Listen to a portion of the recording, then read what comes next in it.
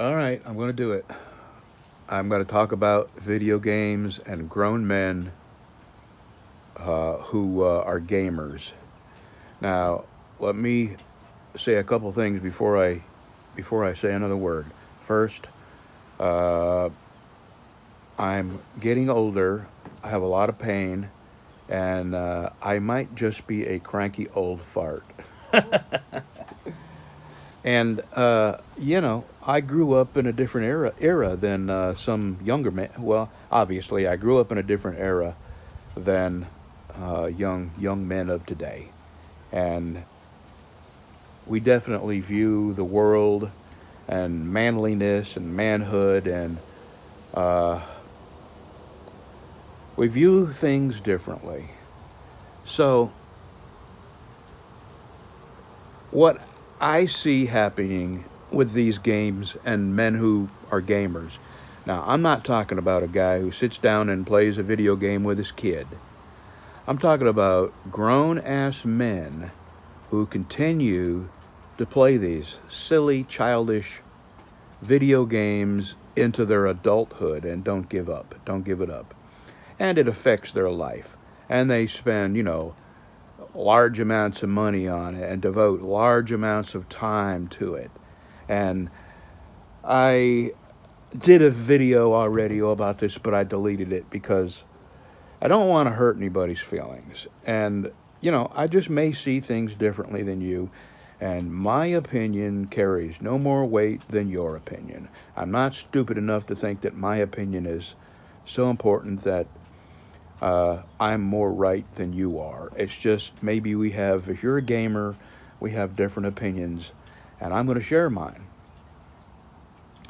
So I have unsubscribed from a couple of channels that started putting videos up about gaming. I don't like gaming, and when I find out a grown ass man is a gamer, I think less of him. To me, an adult man being a gamer is sort of like you come home from work and you sit down in the living room and your wife has been in the house playing with Barbie dolls all day. It's that, why is that not okay if a grown man playing childish games on TV and, for 3 or 4 hours at a time is okay? I think it's a gigantic waste of time. I think the content of these video games pollutes your mind and your heart and your soul, and it gradually gets people to accept things that are wrong slowly, chip by chip, crumb by crumb. It tears down what you know to be right and wrong, and yet in a video game, it's perfectly acceptable to light a woman on fire. I'm not kidding. There's a video game. I don't know what it is, but I've heard other people talk about this when they talk about video games. There's a video game where you can hire a prostitute, and if you don't want to pay her, you can pour gasoline on her and light her on fire. And this is yeah, I'm not kidding. This is really, it's a common video game. And then you have these World of Warcraft people who have never spent a day in the military but are these expert fake soldiers. To me, it's a ridiculous world of make-believe, and I hold you in disdain when I find out you're a grown man and you're a gamer. It's a complete waste of life as far as I'm concerned. Yeah, I know, that sounds pretty strong, but I think about this a lot, and it really has an effect on what I think about a person when I find out that they, devote their time to video games. Anyway, let me stop this a minute. Okay, here's the other end of it, another aspect of it that I see. What I see is, I'm going to call it the pussification of grown men and young men, teenagers that should be growing into men who don't. And they're helped and facilitated by adult males in their life who don't encourage them to go do manly things like go fishing or get out and dig a hole or climb a tree or build something or fix an engine. We've got an entire generation of young teen men who are pale weaklings, and it is such a shame. And we know some. I'll give you one example, and I won't be too specific, just in case these people watch my videos. we hired a young teen, not even young teen. I joined the Army at 17. This kid was 16. And big boy, okay, you'd expect him to be able to lift and work and sweat a little bit. He didn't work but a few hours, and it was all he could do. And me and my wife, you know, we both got serious health issues ongoing. We deal with every day. And we were able to outwork easily, without breaking a sweat, outwork this 16-year-old pale kid. It was shameful. And if I was his father, I would be ashamed that I allowed my child to become a frickin' meatball and spend his entire life sitting in his room playing stupid-ass video games. And I blame the adults of these children for what they've become. And I blame video game manufacturers for polluting this country with filth. And I mean mind filth. I don't mean, some of it's sexually filthy. But some of it is murder and, you're putting guns in the hands of... Look at the level of violence we have against people every single day. If you don't think there is a connection between the video game violence and real life violence that we're seeing in young people nowadays, you are not paying attention. And I am truly, the word disgusted comes to mind.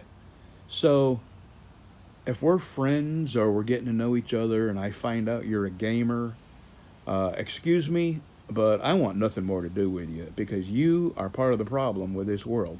And again, I'm not talking about, see, everything has its place. If you play a game once in a while, you're not a gamer. You're not the person I'm talking about. And I think you get it. But there's an entire segment of our society now, my wife and I, we call them indoor children. And I think we've told the story that we had neighbors that lived near us for 3 years before we knew they had children, because they never came outside. And they were definitely the video game indoor children. Pale, weak, couldn't run, couldn't throw a ball, couldn't dig a hole, couldn't climb a tree. Well, and they had a postage stamp yard, and they hired a mow, Yeah, they had probably a 1/4 acre of grass, and they hired somebody to mow their grass. And they had 3 teenage sons that they couldn't make go out there and cut the grass. No chores, nothing required of them. And then when they grow up and become young adults, they have this same feeling of entitlement that they shouldn't have to put anything into life. People should continue to give them things. I encountered one the other day at Subway. She clearly did not want to be there. She obviously didn't think she should have to earn her way and pay her own way and earn a living. And I think video games are a huge part in the sharp contrast between today's children and children that I had. I have 3 kids, and one is a plumber, one is a cop, and the other is a computer consultant. And those days are over. Kids are, I'm not saying all kids, I got to be careful, because I don't want to step on, the only toes I want to step on are the ones that I call the guilty ones, the gamers. You're the only ones who, I really don't care what you think or how you feel. If I've hurt your feelings, you deserve to be hurt, because you're living a shameful life and you're raising shameful kids. So you're the ones I'm talking about. I'm not talking about the occasional video game person. You know, when I grew up, Pac-Man had just come out, and a game called Pong, but nobody devoted enormous portions of their life to playing these silly games. You might go to a bar and there'd be a Pac-Man machine there, and you'd stick a buck in it and play for a half an hour, and that was it. You were good for another week, you know. Anyway, I guess I've made all the points I wanted to make. I am glad I'm old. Really, I'm glad I'm old, and I'm glad that I'm on the final quarter. Who knows? Maybe third. Well, probably quarter of my life, because I really hate what young men have become, and I hate what what adults have done to their children as far as absolute neglect by letting them park in front of a TV and play video games and not be a part of life or learn things or even socialize with other kids and learn how to be a human amongst other humans, because that's a very important skill that you have to have when you go out and work. There's lots and lots of different personalities, and you have to figure out a way to work and navigate around some pretty odd ones. Well, they don't today. They come back to work. If they get mad, they go home, get their gun, come back to work, and right. solve the problem. Kill everybody, yeah, right. Because they learn to do that. Or go to a mall and shoot a bunch of innocent people, yeah. Well, yeah, they learned how to do that on a video game. Yeah, okay. It's not reality. I'm gonna stop, and I hope I don't lose too many subscribers over this. I'll tell you what, and I'm not gonna reply to comments. So if you have an opposing viewpoint, you can have your way in the comments. Just don't call me fat and bald, because, I'm fat and bald. Thanks for watching. Don't get me in the video. Okay.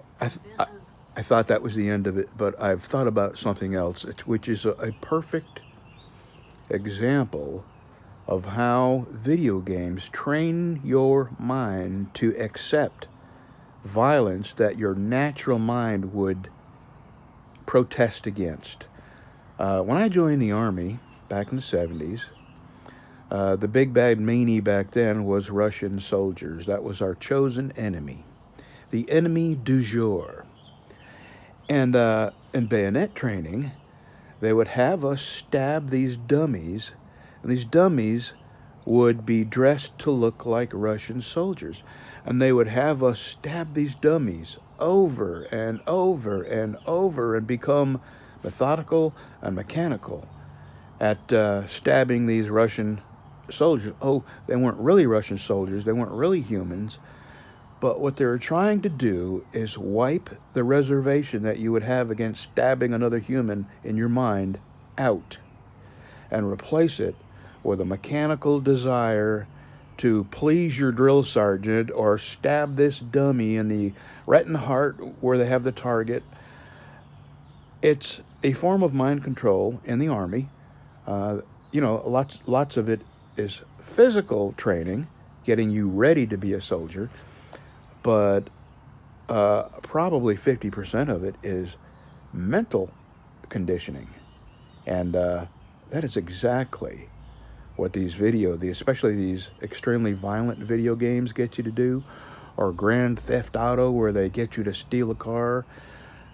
And in these video games, in order to get good, you have to play them over and over and over and over. So in your mind, you're committing these acts of violence over and over and over and over. And if you can't see the correlation between these video games and the level of extreme violence we are seeing young people commit against each other, random strangers, totally innocent people who have nothing to do with them, things like this have never happened before. And I really believe that video games play a large part in the mental training, the mental conditioning that is happening with these video games. Okay, now I'm done. Please have a good Sunday.